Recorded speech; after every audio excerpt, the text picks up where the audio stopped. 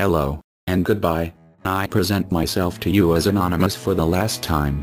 This final address speaks to anyone who chooses to listen, and I will refrain, no matter how pressed, to produce another.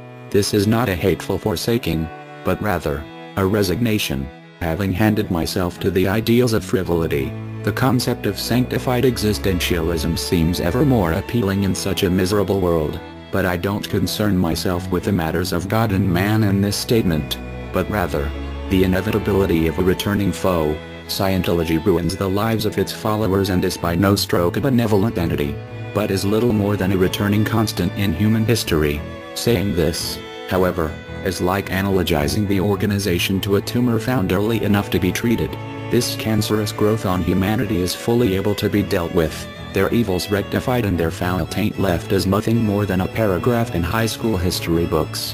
However, it was not the first of its kind, nor will it be the last. Try as I might to avoid Godwin's law, the comparisons of an organization that enforces labor cabs, a private navy, a rule of secular exclusion, and tactics not unlike the SS to the Nazi regime cannot be avoided. Throughout the history of humanity, there have been many great evils, and each fell in time once they overextended their reach. In this society of informational awareness, it is comforting to see such a cancer be caught so early, but I can't help but see its rise and eventual eradication as nothing more than the next turn of the great wheel. Since the onset of making these videos, I've received multiple private messages asking me for advice, help, and leadership. This seems self-defeating to me, as it seems to completely overlook the point I've been trying to emphasize, that Anonymous is leaderless, and that I am by no means a spokesperson to be turned to when in need of advice. My opinions and thoughts are just as valid as those of anyone else, and I didn't create these videos for the purpose of being seen as the leader of the organization, which is a farce in and of itself. It seems that humanity is incapable of an autonomous collective, which is why socialism never succeeds. Despite our innate need to rule all we see, we are hypocritically also governed by the need to be issued orders.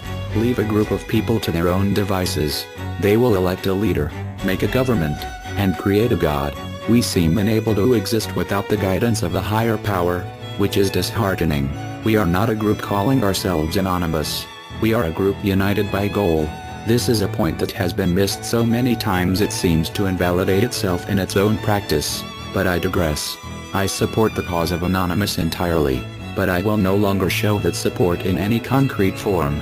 Though your protests and actions have my personal blessings, I have given myself to apathy in the wake of the ever-repeating cycle of time, and there I intend to remain. Where once I thought it amazing to see how people could band together for a common goal, I see now that it's simply history repeating itself yet again, sans the bloodshed of old. Perhaps it is both the dismay that as long as humans exist, terrible people will continue to rise to power, and the happiness that, with every empire formed, it will eventually fall to ruin.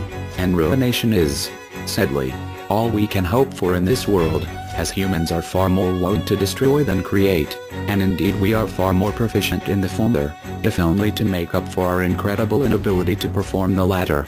In a world where evolution is 350 at a vending machine on the corner, where rocket men focus on the vast expanse of space more than the world below, where all races walk freely across the land, and where the average man contests the secrets of the universe in his spare time, I see the future plainly before me, listening to his iPod as he walks down the street. This is your Arcadia, your grand divine. May you find the answers you're looking for, and may you bring an end to the wheel's endless turning. Until then, drink on, old friend.